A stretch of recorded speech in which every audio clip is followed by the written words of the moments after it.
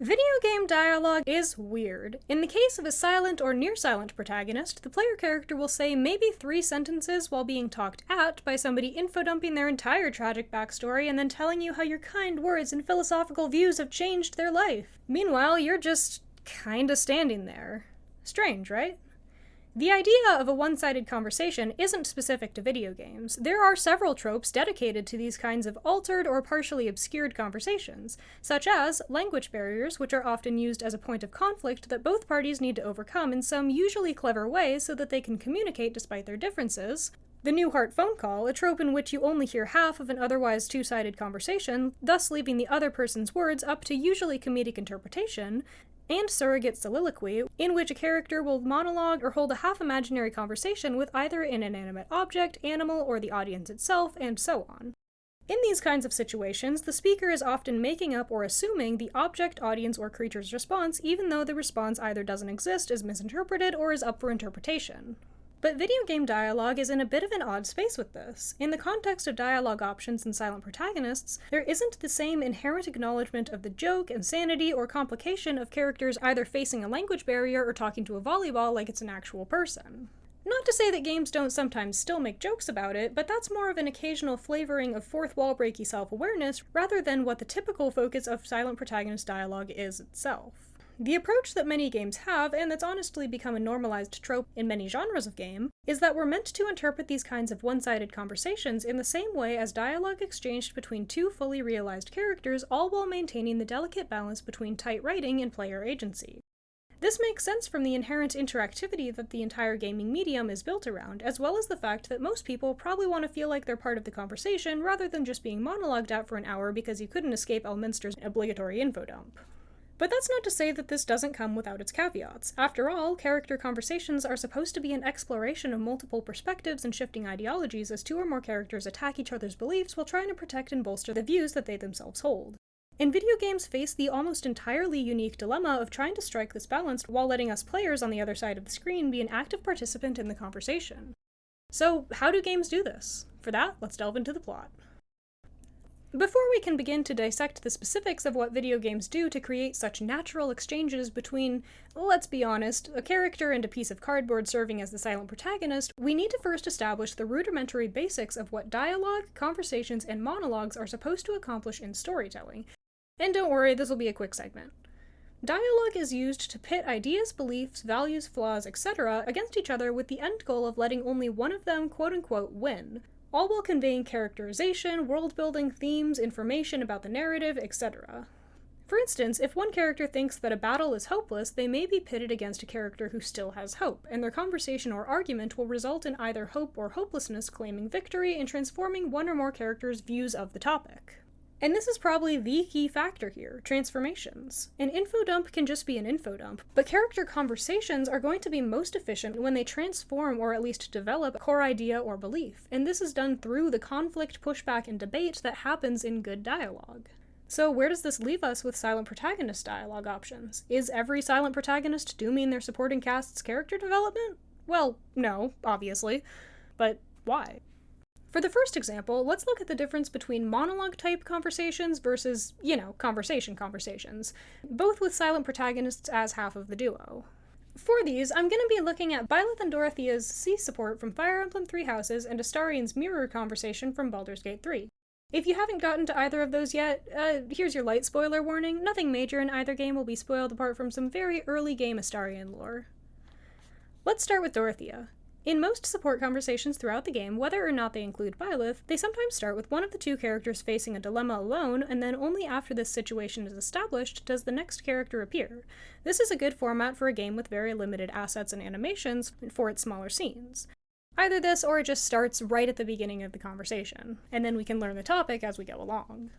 In Dorothea's case, she's flirting with one of the knights, which is a good segue into the flirtatious nature of her character. After the knight leaves and Byleth appears, we're given one dialogue option that isn't literal silence, but it does give at least a little bit more context to the scene and Byleth's perspective of it, as they point out that Dorothea seems to be with a different guy every time they see her. But her response is where we can see the subtle ways that silent protagonist conversations differ from what I guess I'll call traditional conversations.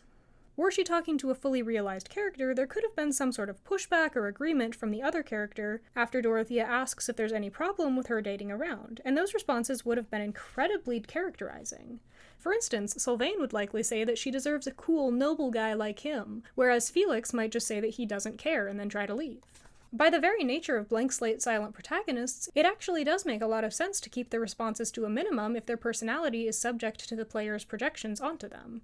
It's different in games where your responses to things shape the protagonist's personality, but in something like this, less responses, or rather very intentionally timed responses, lend themselves best to the type of player character these kinds of games offer. Not to mention that Byleth actually does have an in-universe reason for why they are such a blank slate, which I won't get into right now because of spoilers, but it is acknowledged within the canon of the game.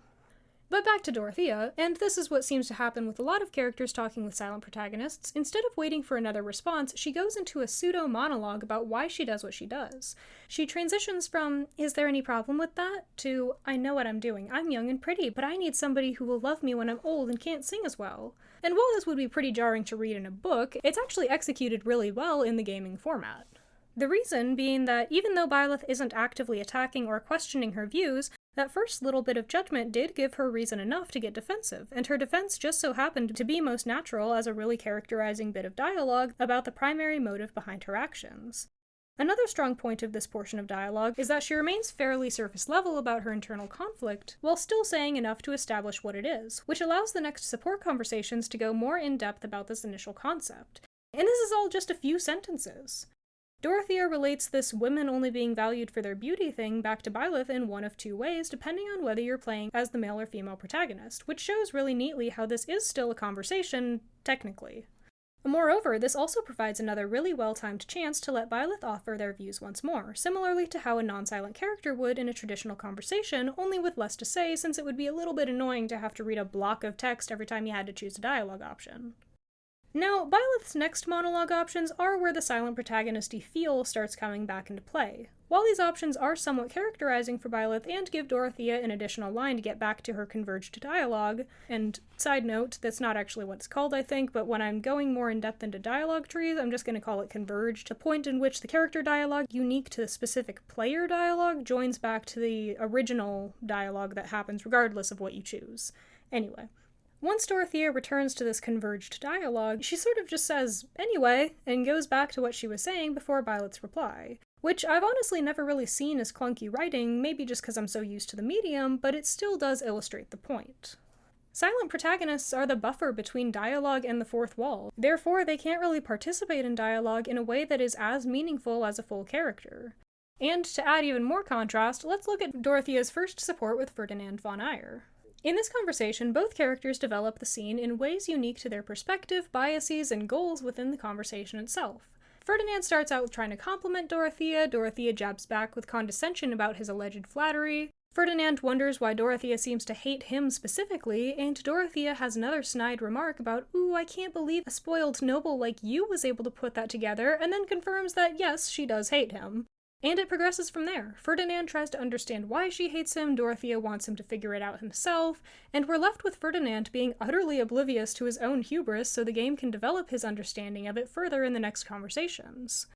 In terms of structure, these two conversations are somewhat similar and line up with the structure that character dialogue typically works best in. Set up a premise, establish the conflict, develop it a bit, and come to some sort of resolution that they can develop later on. Dorothea's support with Byleth establishes and develops her conflict without any direct source, a source being another character actively pulling at whatever conflict they best interact with. Her support with Ferdinand hits at conflicts very specific to the noble-hating side of her character, which, in turn, informed Ferdinand of flaws he had specific to commoners. In this context, I feel like the distinction really illustrates the protagonist's narrative role in terms of how other characters develop through their conversations with them. You see this mostly in silent protagonist games. The player character is there to get the root of the character's primary internal conflicts specifically because they're such a blank slate in the vast majority of games they're in. Sure, you can still have dialogue options that say, "You are bad because of this," but it doesn't really change anything unless the game actually acknowledges that and develops the character through those dialogue options, which doesn't happen very often. And the basic fact of it is that silent protagonists being essentially monologue sponges for all the characters makes for a really unique space for characterization. Going to Baldur's Gate 3, and while I have my gripes about how the main cast doesn't interact with each other in really any meaningful way, therefore losing a lot of rich characterization, but I also understand that the game took a shit ton of effort and work, and that it's unreasonable for me to complain about them not adding even more. Anyway, let's look at how the game uses its silent protagonist to characterize honestly some of the most well-written gaming dialogue and characters I've ever seen. For this, I'm going to be looking at Astarion's mirror scene, since it's really well written, but it's Baldur's Gate 3, so of course it is. But I feel like it really captures silent protagonist dialogue at its best. For context, Astarion is a vampire spawn who manipulates people because of his tragic backstory caused by his vampire lord Cazador.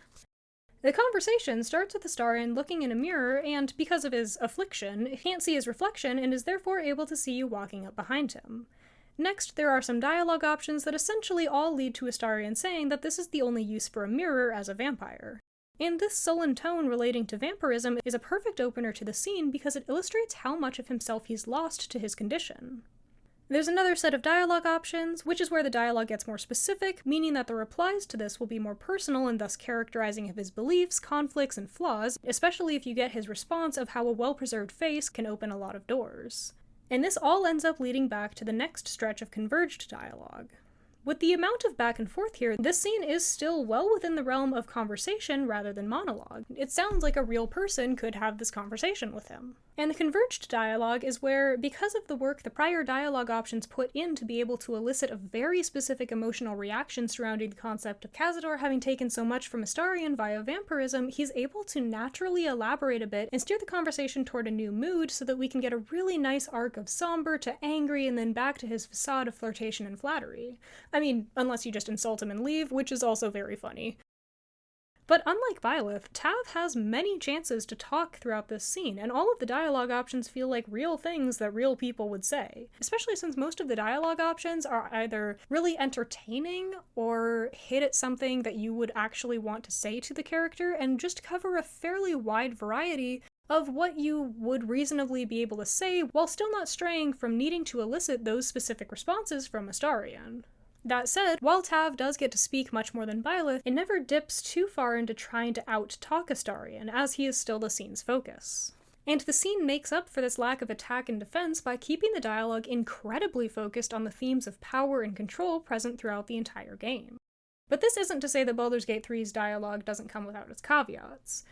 Straying a bit from my personal complaints about characters not talking to each other and their development being at the mercy of a dice roll, or the player just holding their hand and saying, hey, maybe you should give up on your driving motive and belief.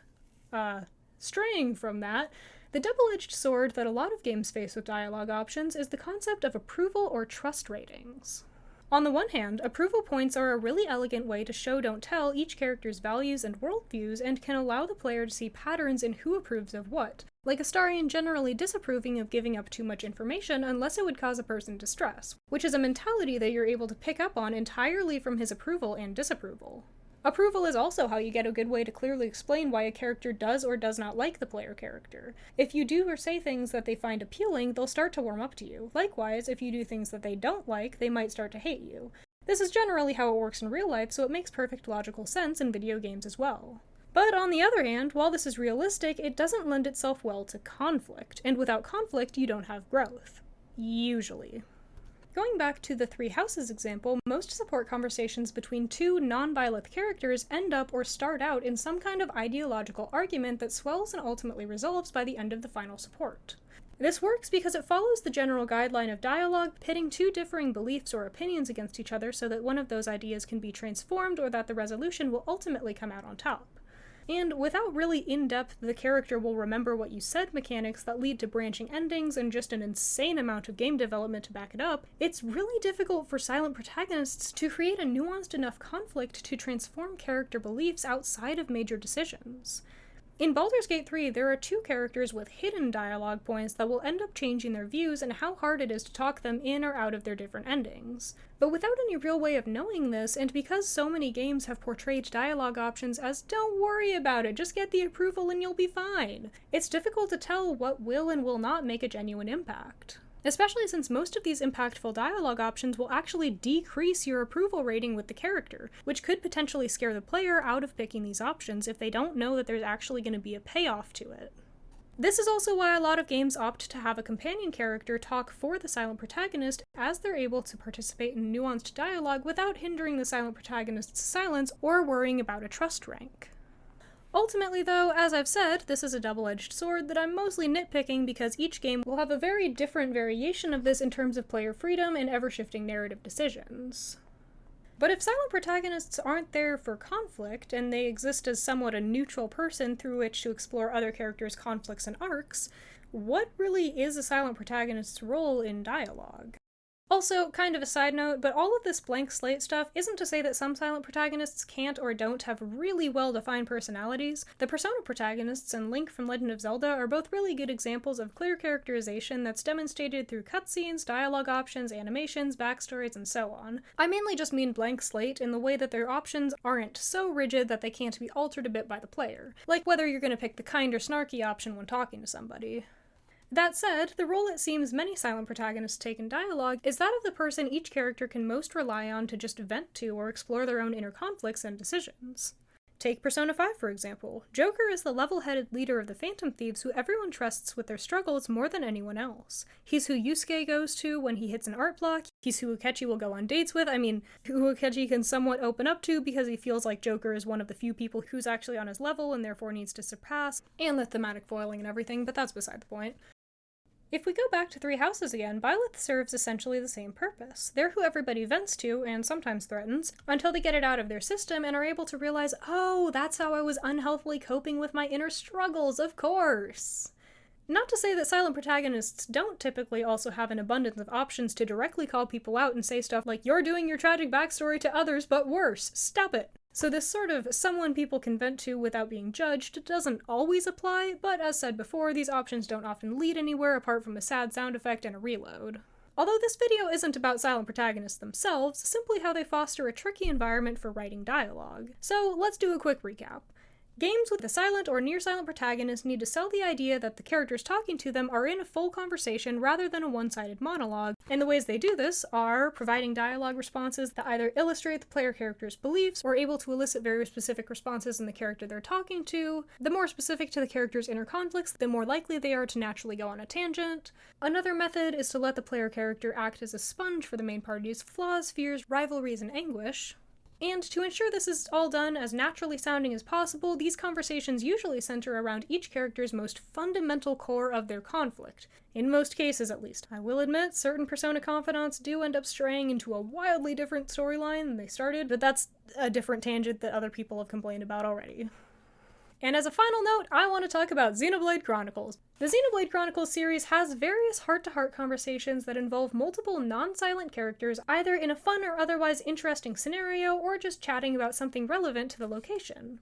These are really fantastic at adding additional flavoring to everybody's characterization, enriching and exploring different aspects of the established world building, getting more details about the lore and backstory, and so on. And they don't feel too fillery due to them being fully optional in terms of overall storyline.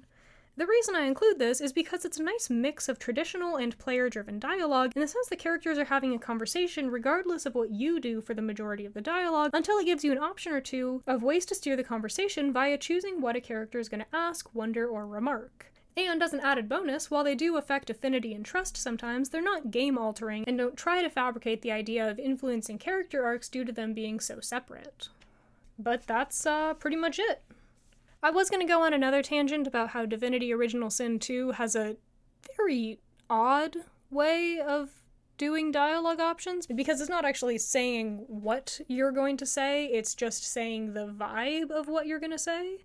And then there are also scenes where the narrator just says, this character said something really clever and convinced somebody else to do a thing. I'm not going to tell you what it is, though.